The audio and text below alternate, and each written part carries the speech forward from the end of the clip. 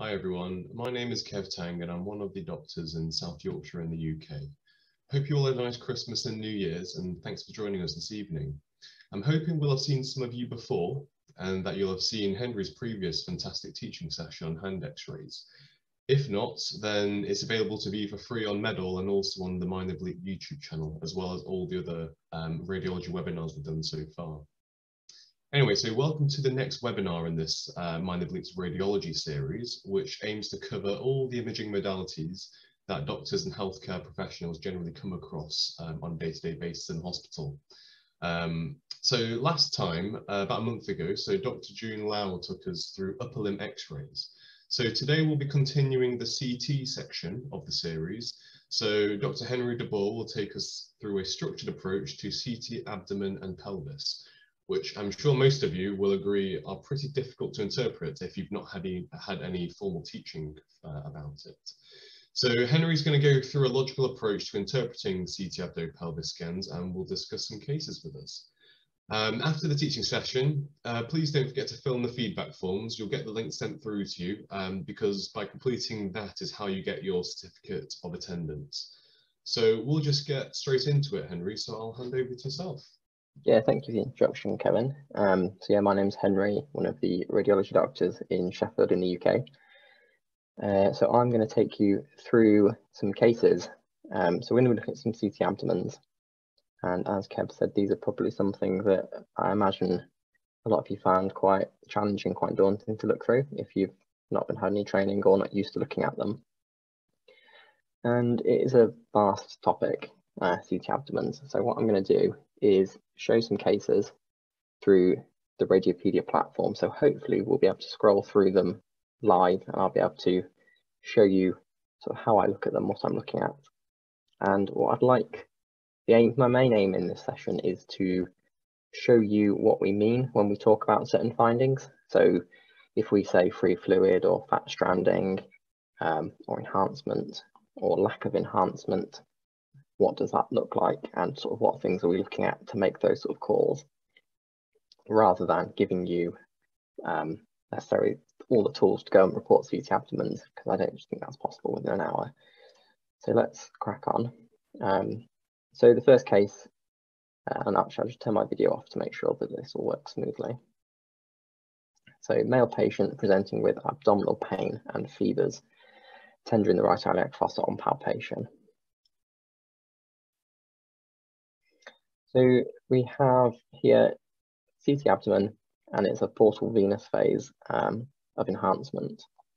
So what that means is that if we scroll up to the liver, we see, so intravenous contrast has been given, and it's pacifying the portal vein, which is this structure here, dividing into the right and the left branch of the portal vein, but the contrast is most dense in the portal vein.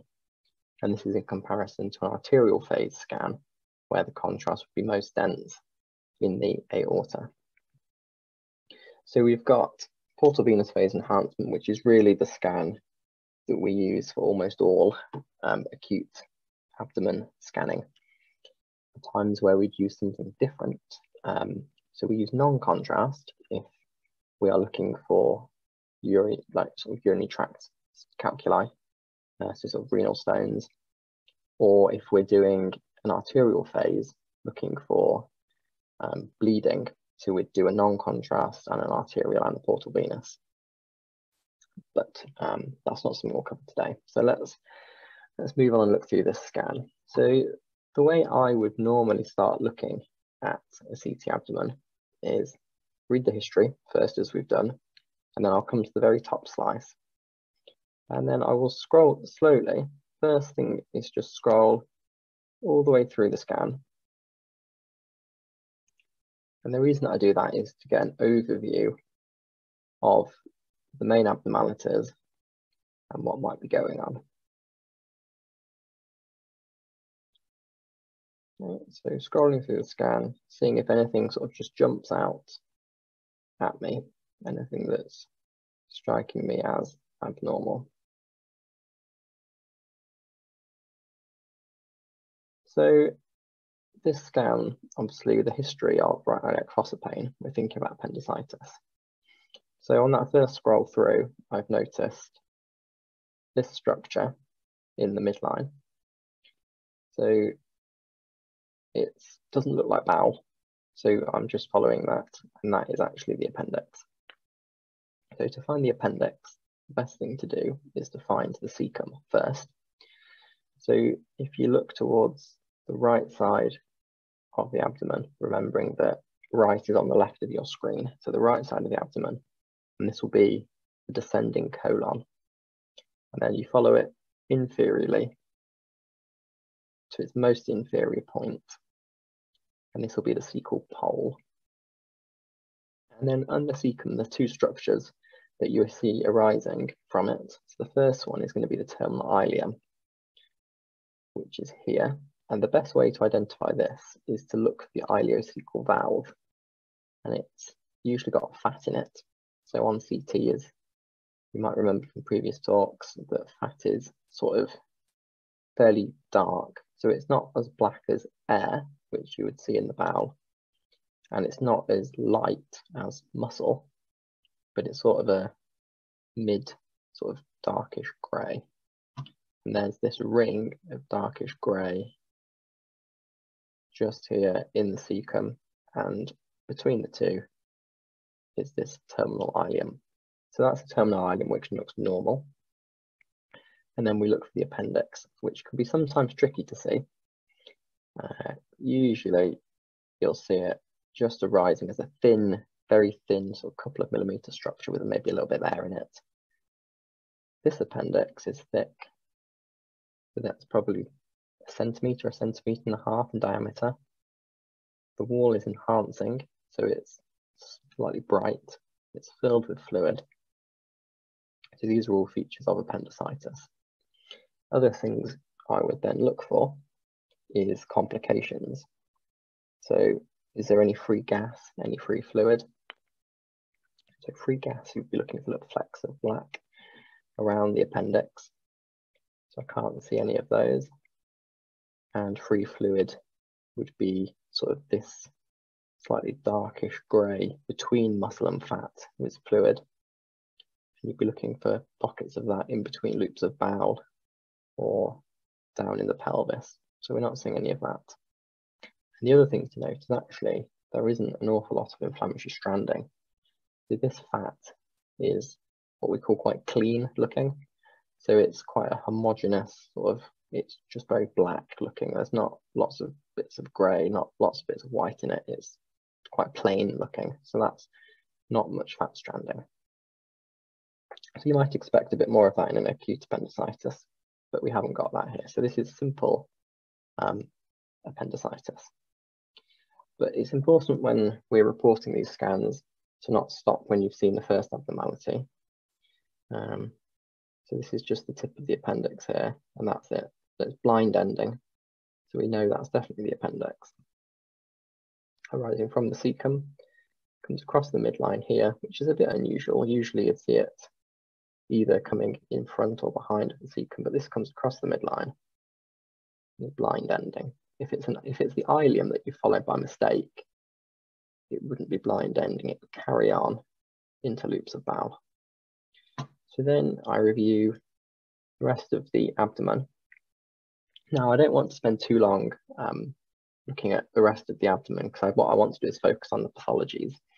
But I'll quickly just run from top to bottom through the anatomy and sort of tell you the things that I would look at on this scan. So we've got the liver, looking for any focal lesions. So I'll scroll up and down through the liver. The gallbladder here sits within the gallbladder fossa, usually inferior and slightly medial to the liver. And you're looking at this wall, which is thin and not enhancing. So this is a normal looking gallbladder. Can't see any stones within it. But often, and in fact, about half the time, we don't see gallstones on CT because they're the same density as the bile within the gallbladder. So then I'd look at the biliary tree. So the common bile duct can sometimes be ever so slightly tricky to find, but here it is. and this is the common bile duct, this little black circle, and it moves through the head of the pancreas. So this is the pancreas here, and into the duodenum, which comes around in a C shape here. So that looks normal. It'd be big. It would be a big structure, a big tubular structure if it was dilated. And if you would see these black branching, sort of grey branching structures through the liver, that would be intrahepatic biliary dilatation. So then pancreas. So we've got the uncinate process, the head, and then the body, and then the tail comes up here. Spleen, looking through the spleen. Kidneys, so quick scroll, looking for stones would look like little blobs of white. So they would look almost as dense as bone. And is there any hydronephrosis? So this is the renal pelvis, and this grey, sort of dark grey structure is the collecting system coming into the ureter, and that's of normal caliber, and you can barely see the ureter there, which is normal. If you can see it quite clearly, that's a sign it's dilated. And then I'll do the same on the other side. Look at the adrenal glands, which with this Y-shaped structure here, which is just on the top of the scan, Y-shaped with its anterior limb, and then the left adrenal with just catching a glimpse of this little triangle in here.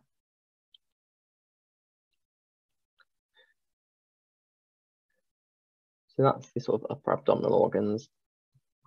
Next thing I'd do is look at the aorta, follow that down, make sure there's nothing going on, look at its branches. Then urinary bladder. That's quite distended but normal. Colon, the best way to look is just to follow it, I find, from the rectum. Follow it up. So there's rectum coming into sigmoid. Sigmoid loops up and then loops back down and then across and then into ascending colon. And then I'd follow that all the way around. So just going through quite quickly, but I'd take my time and look very closely and then just follow it all the way across the transverse and then back to the cecum. So I'll do a complete loop through the large bowel. The small bowel, I divide the abdomen in two quadrants, or sort of two halves. So I'd look at the left-hand side and just focusing on the loops of small bowel as I go through. And then I'll do the same on the right-hand side on the way up. Then I'd come back and look for little nodes. So pelvic side wall nodes, aortic nodes, and then mesenteric nodes. And that's probably the main things to look at when you're starting off with CT abdomens. And then as you see more stuff, you'll start to add more and more things to your review areas. So then you'll start to go, well, I need to look at the hernial orifices, I need to look in all the soft tissues around the edge, look at the bones, look at all the bones coming on the way up, and then looking at the bottom of the lungs. And that's most of what you'll see on an abdomen. So let's move on to some more cases, and let's try and get through these cases a little bit more quickly. So next case is fever, nausea and vomiting, diffuse abdominal pain, 45-year-old male. So this first slice that we've opened on is demonstrating the pathology. So we can see here lots of inflammatory stranding. So this is normal looking fat on the left. So it's black and it's plain. This fat is not, so this is fat stranding. So you've got lighter bits of grey in the black of the fat. So let's find out what this is. It's probably the appendix. So the way we find the appendix, let's find the cecum. So this is the fat, that little triangle of fat in the ionocecal valve. This is terminal ileum, so we can confirm that just by following it, and that's joining it with bowel. So the other structure arising from the cecum must be the appendix. So we can see here the appendix is thick-walled. So the other one that we saw was mostly filled with fluid. This one is less fluid-filled, but it's more thick-walled. So these walls are going to be measuring 4 or 5 millimeters on either side. Normal is going to be probably less than 1 for an appendix wall. There's a few little spots of high attenuation, which are little appendicoliths that you often see in appendicitis. They can often be lodged at the base and bigger, but those little flecks are probably appendicoliths. Again, it's coming medially, lots of inflammatory stranding around it, and there is free fluid. So these little sort of linear structures is free fluid. If we come down to the pelvis, we can see this is fluid tracking from the right iliac fossa into the pelvis. So it's tracking. And this is a pocket of free fluid here. So this is a male patient, remember. So there shouldn't be anything between the bladder and the rectum, apart from sort of normal seminal vesicles. But we come down and there is that pocket of fluid above the seminal vesicles and this little sliver of fluid here. So that's what free fluid in small quantities looks like. So it can be difficult to see if you're not used to it. But I think the symmetry, as with most of radiology, is helpful. So we can see there's maybe a trace of fluid here, but otherwise not much. There's that little pocket. Okay, so this is, again, acute appendicitis, but no collections and no perforation. Few appendicoliths at the base and some inflammatory stranding and free fluid.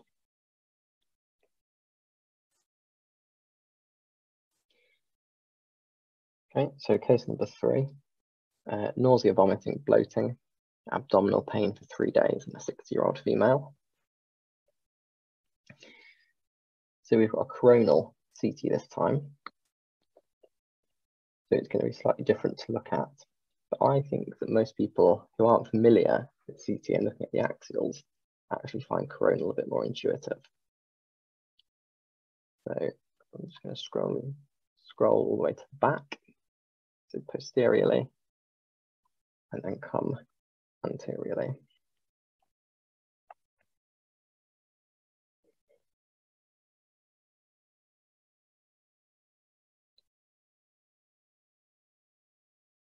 Okay, so as we're coming forwards, starting to see some loops of small bowel that are distended. So a normal loop of small bowel should be less than 3 centimeters across.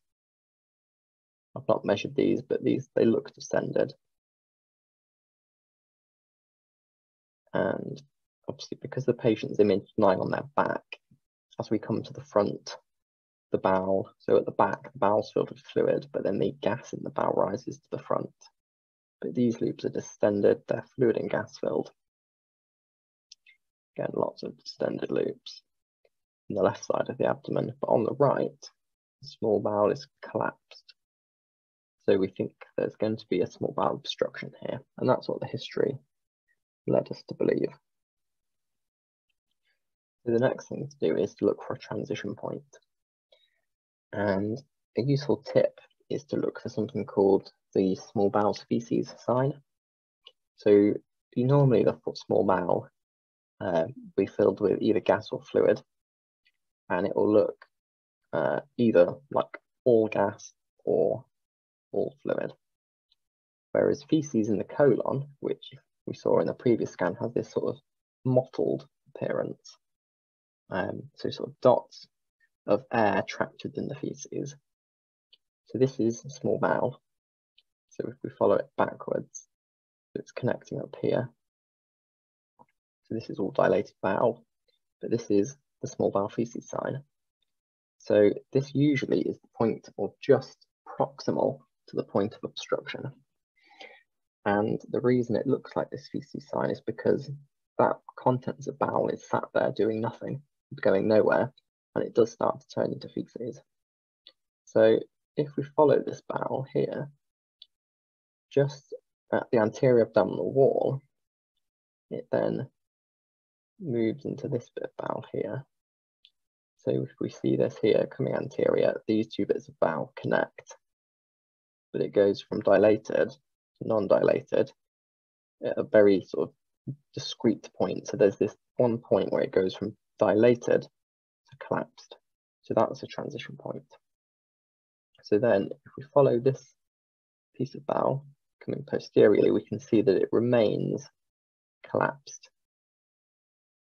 Okay, there it is, and it stays collapsed. So that's the point of obstruction. This patient, difficult to appreciate on this on these images, but she has a mesh in the anterior abdominal wall, and it's adhesions from this mesh that have caused this small bowel obstruction. So this is mechanical small bowel obstruction, most likely secondary to adhesions. So other things that I'll then be looking for is signs of perforation, so free gas. I'll be looking for free fluid, which there's a little bit of edema in the mesentery. So it sort of looks like fat stranding, but it's following the path of vessels. So when the bowel is obstructed, it becomes edematous and you get these engorged vessels in the mesentery. And you want to make sure there's no signs of bowel ischemia. So you're looking at the wall, it's enhancing normally. So there's this little ring of enhancement, so slightly higher attenuation in the wall. That's normal enhancement. If you lose that, it's a sign of ischemia. Or if you see sort of what we call pneumatosis coli, which is gas in the wall of the bowel. So you'd see sort of like a feces sign, but only around the edge of the bowel. Okay, so this case is small bowel obstruction, but no other complications.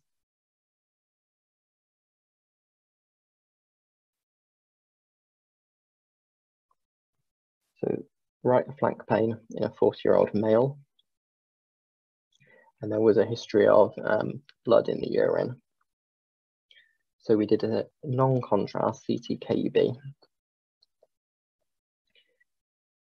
So if we come to the top, so there's no contrast this time. So you can see these vessels the same color as the muscle, really.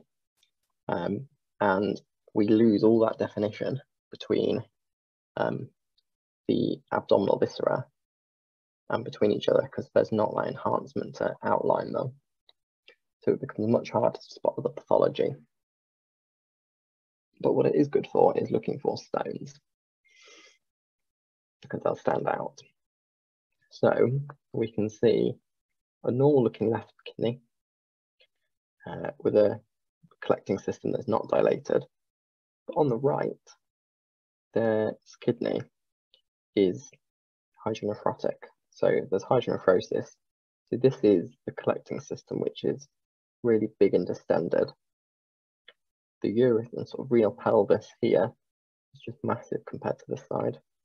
And if we follow this, is now the proximal ureter. So on this side, it's this tiny dot here. But on the right, it's massive. So look at this. So that's instantly saying there's going to be something wrong on this right-hand side. So we just have to follow the ureter distally. And it's still big, massive. You can't see the one on the left, but on the right, it's massive. So we know we're going to find something if we keep following this. And there it is. So there's a massive urinary sort of tract calculus, which is in the sort of distal ureter, mid to distal ureter, as it's crossing over the iliac vessels. And that's what calculus looks like. So it's still a little bit distended distal to that, but not as much. So this is going to be an obstructing right ureteric calculus with moderate to severe hydronephrosis.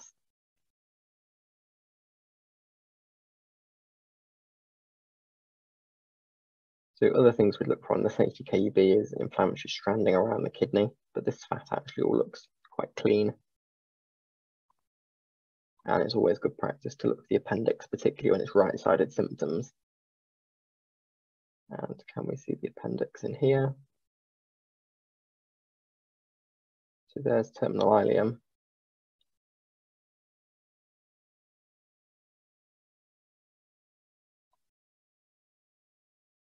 And the appendix is not immediately apparent. But if it was abnormal, you'd see inflammatory change, you'd see free fluid, and it'd be distended, so you'd see it in that right iliac fossa. In this case, again, if I show you this coronal view,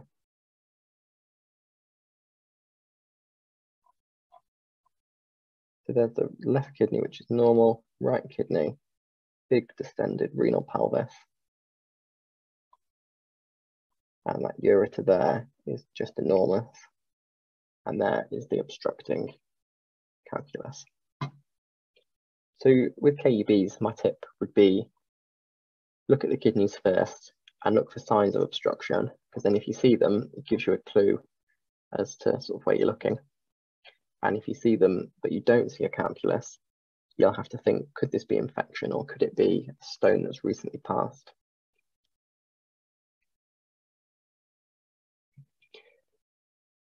Okay, so case number 5, left lower abdominal pain, history of appendicectomy 2 months ago, 45-year-old male.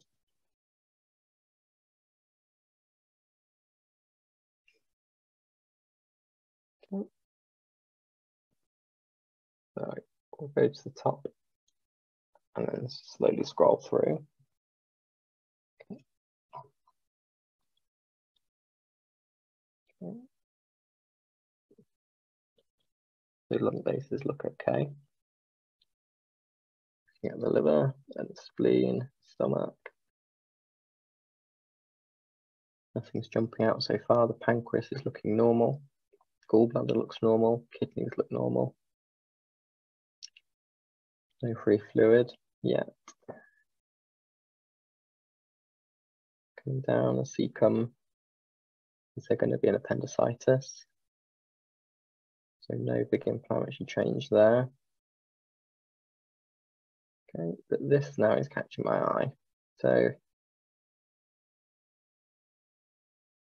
that was colon. So if we follow it from the rectum, so rectum, distal sigmoid, following the sigmoid round.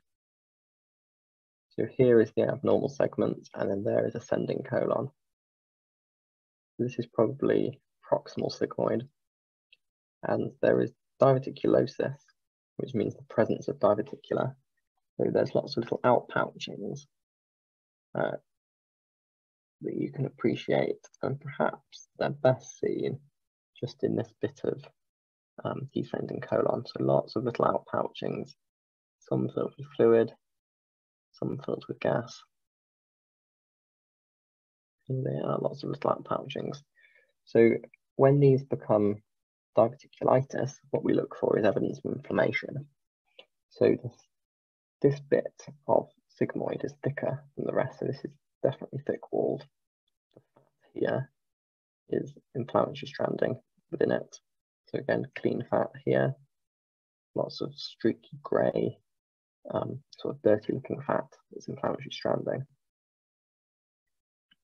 And we might even say that this, as we come off the top, there's this prominent diverticulum that's at the centre of all of that inflammatory stranding. So it's probably quite localised diverticulitis. So then we look for perforations and collections, which we can't see any. Is there any free fluid? Not really. And is there anything else going on? So we hadn't seen anything else on the way down, but just on the way up, nothing's jumping out. And so the next thing I'd do is go through all those review areas in that checklist. I'd look through every organ, I'd look through the lung bases, I'd look through the bones to make sure that we don't miss anything. But that's a simple case of uncomplicated diverticulitis.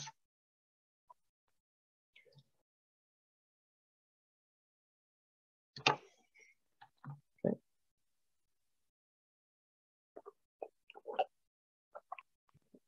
So 4 days absolute constipation, abdominal distension, hysterectomy, and bilateral salpingo-oophorectomy for malignancy, recent change in bowel habits, query cause of obstruction.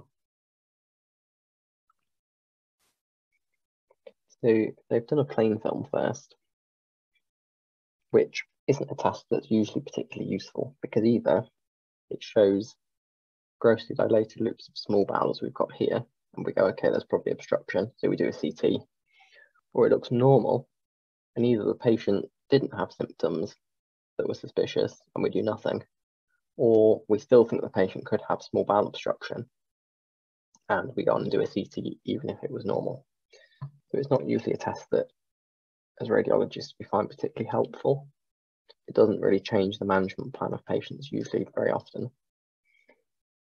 So we've done a CT. So as we come to the top and scroll down,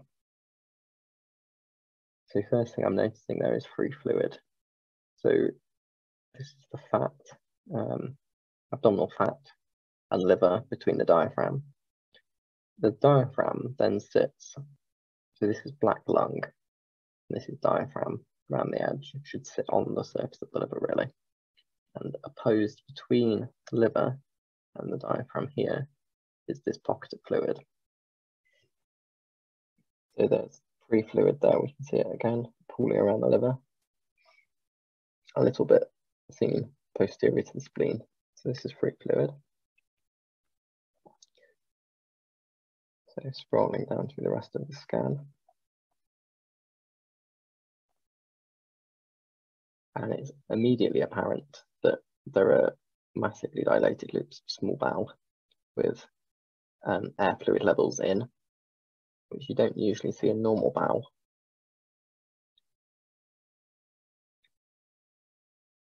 Massively dilated bowel.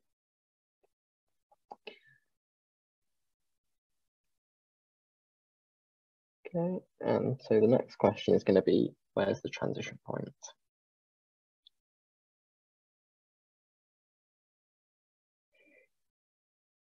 So usually what I do first is just scroll up and down through the images and just see whether there's a transition point that becomes, is sort of obvious. Sometimes there is and sometimes there's not. So as I'm going through,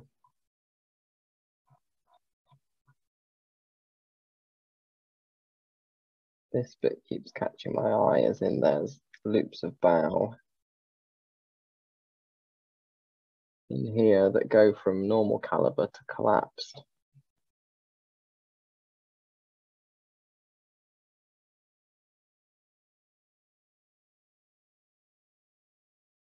So this piece of bowel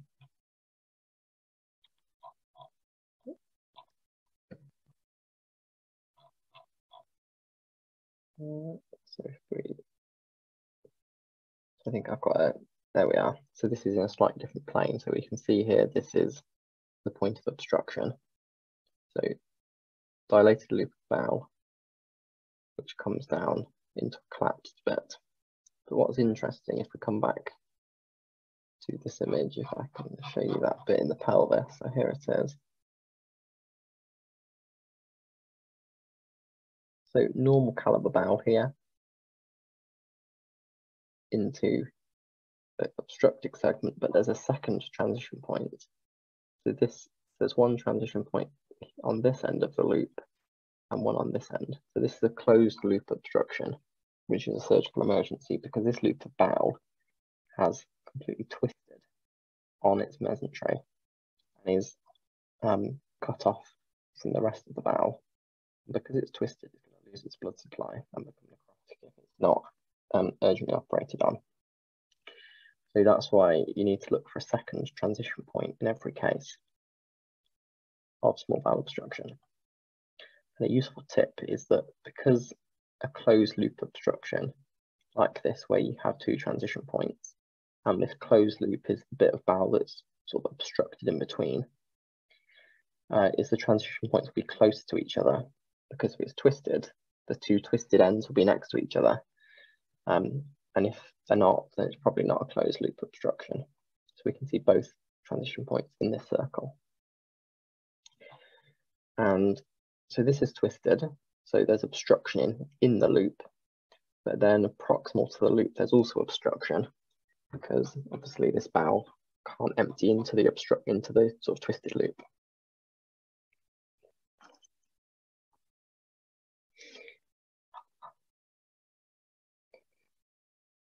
Okay, so moving on to the next case. So hospitalized for pneumonia, now increasing abdominal pain, an 80-year-old female. So what this CT is showing is there is abnormal colon. We can go down to the rectum and follow it up, and all the way from the rectum, again through the sigmoid. And this is a longer sigmoid with a big loop up here, but then it comes back.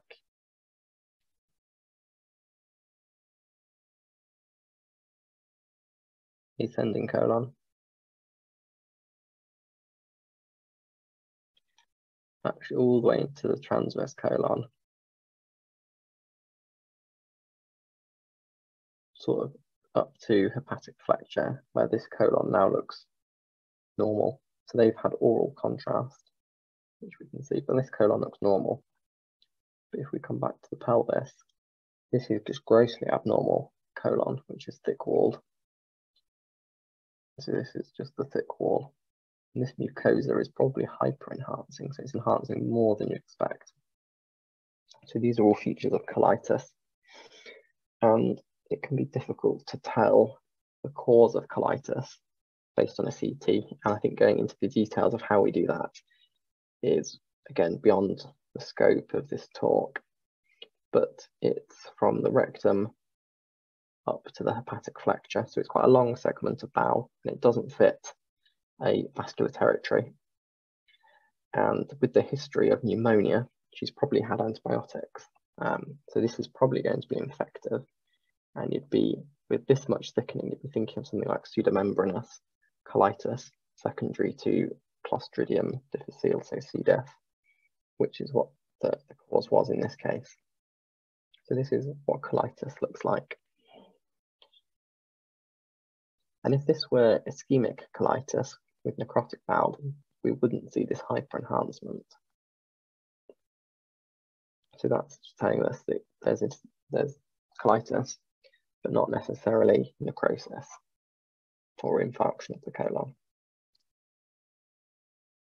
Okay, so there's just a close-up showing us that bowel with the thick wall, edematous wall, mucosal hyperenhancement, and then this is the lumen with fluid gas. And note that in the colon, you'd normally expect feces through that dotted gas and sort of more solid component, speckled. This is just liquid, so this patient will be having diarrhea, which was in keeping with the history.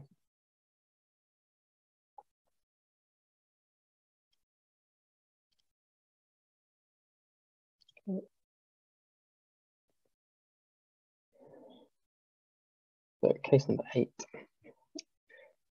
severe acute abdominal pain since one day. So 1 day history of severe abdominal pain in a 30-year-old male. So what we've got here is both arterial phase and portal venous phase images. So we'll look at the portal venous phase first, because that's what I think we're more used to looking at now. Starting from the top, this is going to be a feeding tube, so sort of an NG tube. So that tip is in the stomach.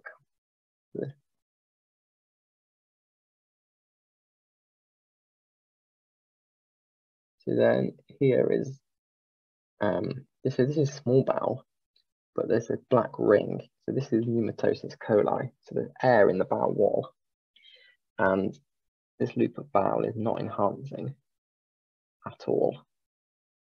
So if we look here, this bowel, there's enhancement to its wall, and then comparing it to these loops further down, where, so compare that to that, and it's just not enhancing whatsoever.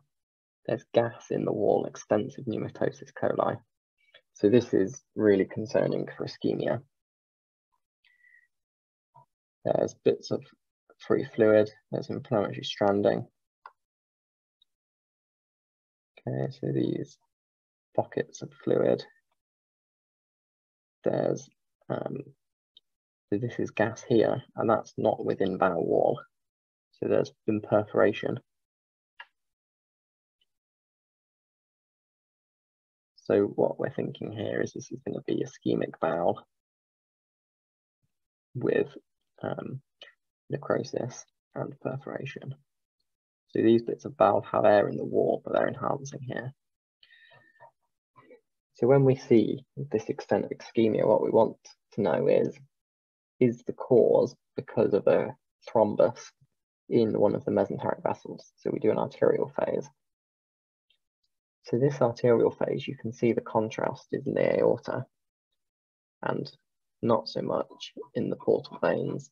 So we get less enhancement of the organs, but better contrast in the arteries.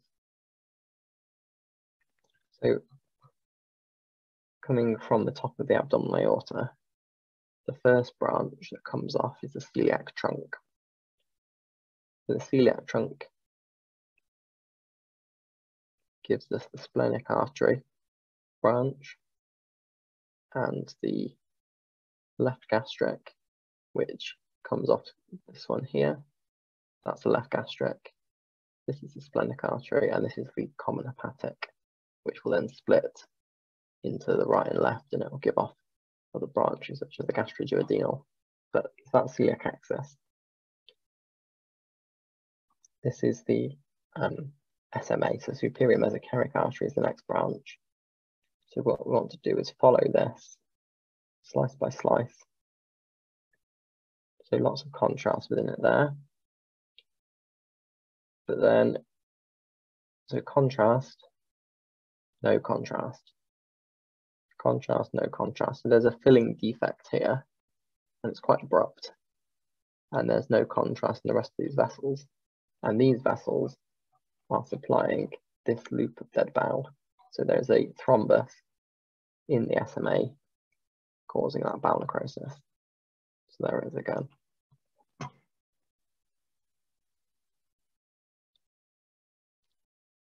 So that shows the importance of doing those arterial phase scans. So next case is 2 days of abdominal pain and vomiting, hypertension, diffusely tender abdomen, metabolic acidosis, 45-year-old male.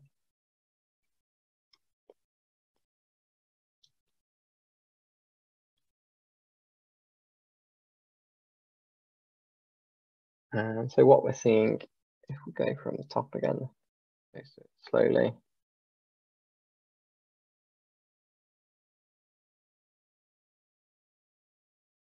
So first thing to note is there's a tiny right pleural effusion. This is the costophrenic angle, so black lung into the diaphragm. Right at the bottom here, black lung, and then we've got this little sliver of fluid. That's a tiny pleural effusion on the right.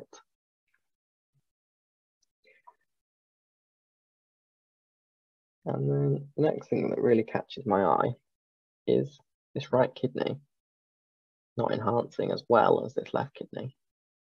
So this left kidney looks normal, but this right kidney has got lots of wedge-shaped areas that are just not enhancing. And in general, the whole kidney is relatively poorly enhancing, but particularly this superior pole, wedge-shaped areas of non-enhancement. So this is classic for pyelonephritis. Then it's the other complications that we'd look for is abscess, so any focal ring enhancing fluid collections, which we can't see. There is, as we come down in the retroperitoneum, there is free fluid and inflammatory stranding, so free fluid here, which tracks down in the retroperitoneum into the pelvis. So more triangles of free fluid here in the pelvis. So an important question to ask would be, is there an obstruction? So is there hydronephrosis? No. The ureter is normal. And if we were to follow this down along the top of the psoas, so this is the psoas muscle sitting along the spine. The ureter follows along the top of the psoas, crosses over the iliac vessels, comes posteriorly before then going anteriorly into the bladder. It's difficult to see on here, but there's no calculus in that path. Okay, so this is pyelonephritis.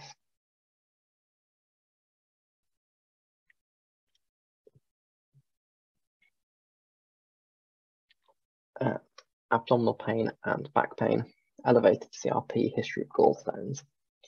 So with this history, I think you might immediately be thinking, could this be pancreatitis? Could this be cholecystitis? So let's have a look. If we come slightly more towards the top. So here, slightly bigger pleural effusions. So bilateral pleural effusions. This is atelectasis, not well seen on these windows. You want a lung window.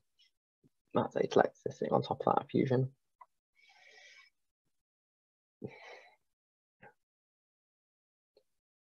This is the gallbladder. Maybe a stone here, but you'd be guessing to say there were stones in there, which goes to show you can't see gallstones on CT very well. But the gallbladder looks normal. But the main abnormality is in the center of the abdomen. So all this inflammatory stranding, loads of inflammatory stranding, and it's all centered on the pancreas. So here's the pancreas. So tail, again, bits of free fluid, triangles of fluid, inflammatory stranding into the tail, lots of inflammatory stranding, and the head. So important things to sort of think about in pancreatitis. So the pancreas is enhancing normally. So there's no evidence of necrosis. There's no walled off collections of free fluid, or not free, but there's no walled off collections. There's no evidence of abscess with air in it.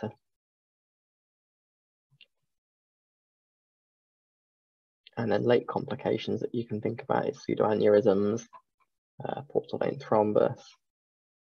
We can't see either of those on these scans, but they would usually be later complications. So this is this common bile duct. So this is ever so slightly prominent. So it's bigger than you'd expect, but you can't see no convincing stone within that bile duct that we can see. We're following it there and then into the duodenum or the ampulla. So if this patient had a raised bilirubin or obstructive LFTs, you might consider doing MRCP to look for an obstructing common bile duct stone causing pancreatitis. Okay, so the patient represented later with recurrent symptoms. This is the same patient that had that episode of acute pancreatitis. So all that inflammatory stranding is mostly better. That fat's all clean looking now. No free fluid. What we can see is this walled off pocket of fluid centered on the body of the pancreas. So this is a pancreatic pseudocyst. But this is what collections look like in the abdomen. So fluid, pockets of fluid with this enhancing wall. That's a sort of pancreatic pseudocyst, which is what we see in chronic pancreatitis, or sort of in the subacute phase of pancreatitis.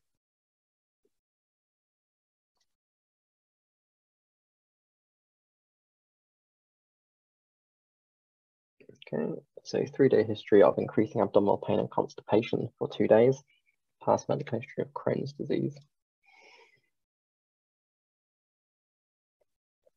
So we're thinking, is this patient going to have a flare of his Crohn's disease? So for Crohn's disease, you'll be looking for bowel thickening, hyperenhancement, maybe obstruction due to a stricture. Now, as we're coming down, so there's these little pockets of gas here. This is free gas, which is not normal. So this patient's probably perforated. Why have we got these locules of free gas that are catching our eye here? So as we come down, there's free fluid. There's inflammatory stranding in this right sort of flank. And there's probably a pocket of fluid here with gas in it. And there's this structure arising from the appendix. So that's the fatty ileocecal valve and the terminal ileum, which we'll come back to. This is the appendix, which is less thickened than some of the ones we've seen, but there is inflammatory stranding and it is distended. And at its tip, there is a gas and fluid containing collection, small collection, and there's free gas within the abdomen. So this is perforated appendicitis. What we can also see is this terminal ileum is also a little bit thick-walled. A bit thick, still a bit thick, still a little bit thick, and then probably normal here. And the terminal ileum is usually the first place and the most common place that you'll see Crohn's disease. So there is evidence of Crohn's disease, which is probably active, given that it's hyperenhancing on the serosa, the outside of the bowel, and the mucosa, the inside of the bowel. So there is Crohn's disease, but the main pathology here is perforated appendicitis.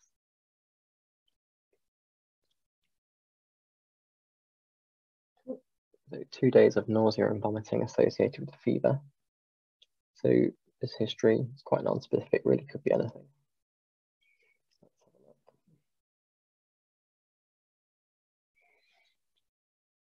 And we can see this gallbladder here is distended, and there's a radio-opaque, which means a stone we can see on CT. So there's a stone within the gallbladder. The mucosa of the gallbladder is hyperenhancing, and the wall itself is really, really thick. There is free fluid within the gallbladder fossa, so pericholecystic free fluid. The thick-walled gallbladder, which is distended and contains stones. So this looks like cholecystitis. Again, more bits of free fluid. So then we'll look at the common bile duct, which we can see here, which is not particularly distended, but maybe is hyperenhancing. So there could be some cholangitis associated with this.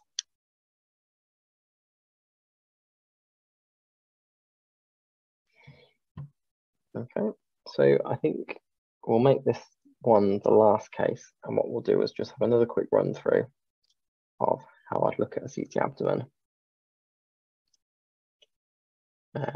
So is this a good one? Okay, so this one quickly as it's started. Oh.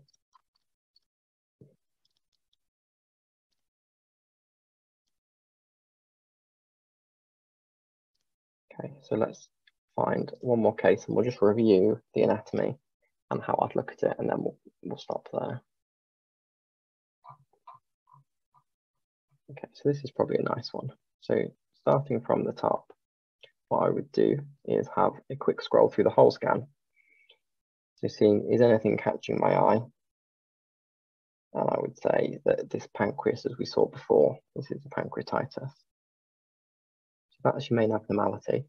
I'd then spend a while scrutinizing this and looking for complications of the main pathology. So once I'm happy, I know what's going on and what's the cause of the symptoms, I then review the rest of the scan to make sure that I've not missed anything.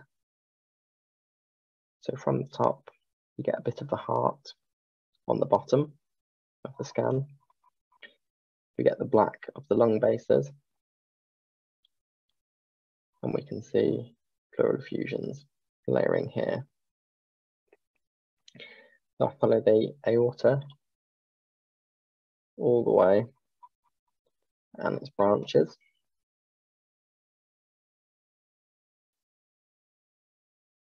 And then I look at the liver, so right lobe of liver, left lobe of liver, portal vein here, gallbladder, so this is the right adrenal gland here, IVC just in front and next to the aorta, right kidney, left kidney, spleen, and then this is distal esophagus. Distal esophagus still crossing the hiatus into the stomach.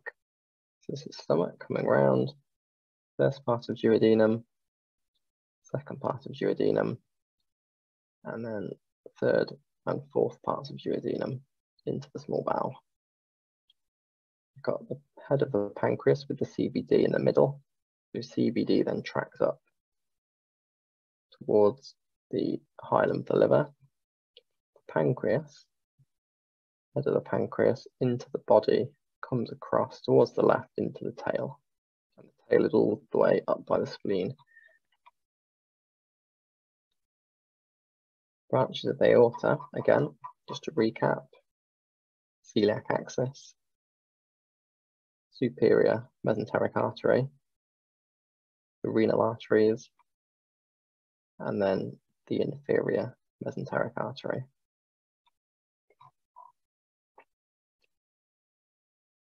Okay, I would then look at the bowel. So we've not got the bottom of this abdomen actually. We can see on the coronal. So trace the bowel, the whole of the colon from the rectum to the cecum. Then I'd look through the small bowel, right side, left side, one at a time. Then I'd look for little nodes in the mesentery, para-aortic nodes, any pelvic sidewall nodes, and then looking through the bones. And then finally, just look at the edge of the scan, look in the soft tissues. Okay, so that's the way that I would look at an abdomen. So I can't see the chat to know if there are any questions. But Kev, please message me if there are any questions. I hope that you've found the session useful. It'd be really good if you can fill out the feedback to let us know if this sort of method of presenting through Radiopedia where we can scroll is good. If it's not good, would you prefer on a PowerPoint? Are there different ways we could do this? So yeah, thank you very much for listening. Look forward to hearing the feedback. And yeah, Kev, jump in if there's any questions. Yeah, thanks for that, Henry. You told us a lot this evening. I will let people, I'll give a few minutes for people to put in any questions they have in the chat, and then I'll read them to you if that's okay. So thanks to everyone for watching and for our audience. I'm sure that everyone will agree that these cases were particularly helpful for their learning.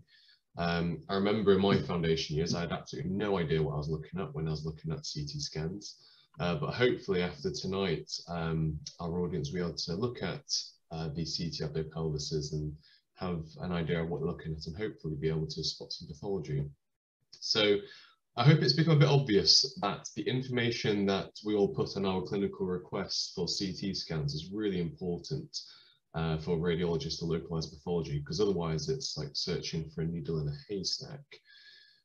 You should all get feedback links emailed through to you in the next 10 minutes, if not already, but I will paste it into the chat box now, if you just give me a second.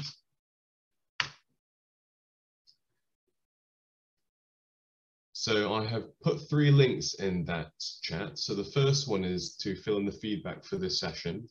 Next Wednesday evening, so that's going to be 12th of January at 8 PM UK time, Dr. Valencia will be presenting the basics of a structured approach and some cases of CT thorax interpretation. So to sign up for that webinar, so that's next Wednesday, that's the middle link.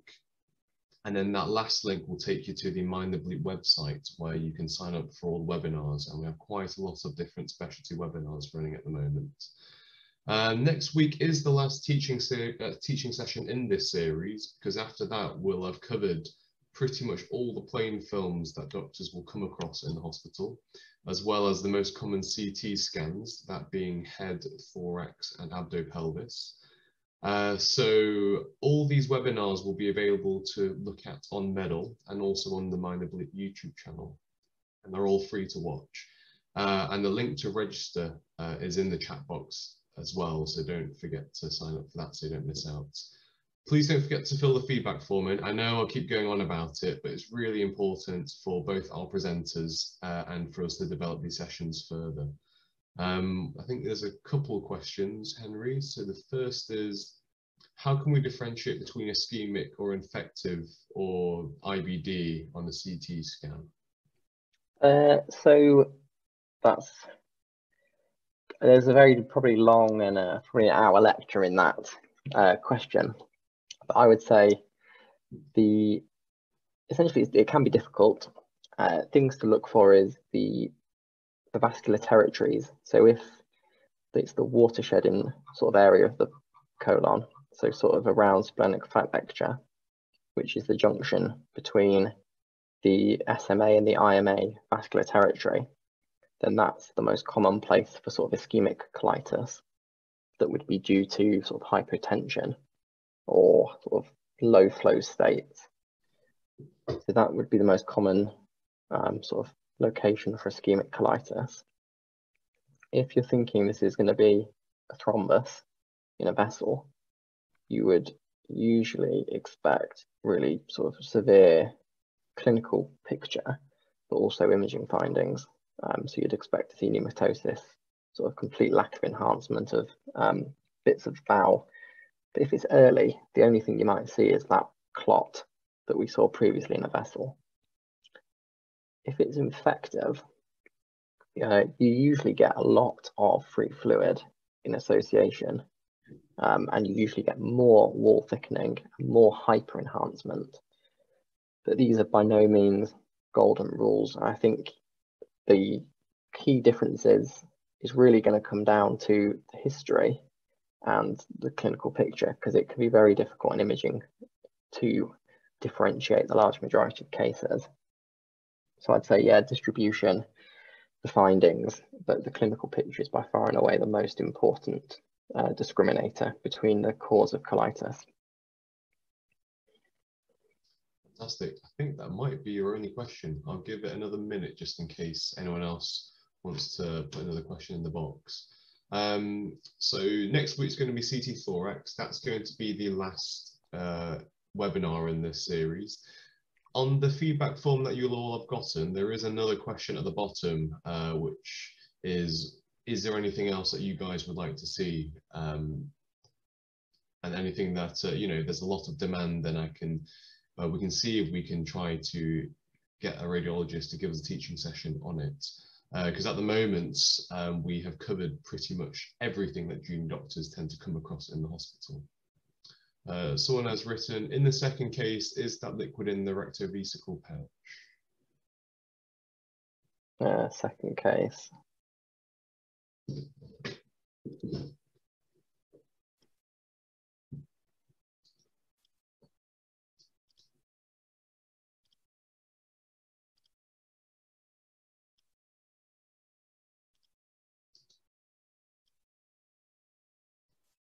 Sorry, I just have to click through to get to the, okay, so this is going to be case 2.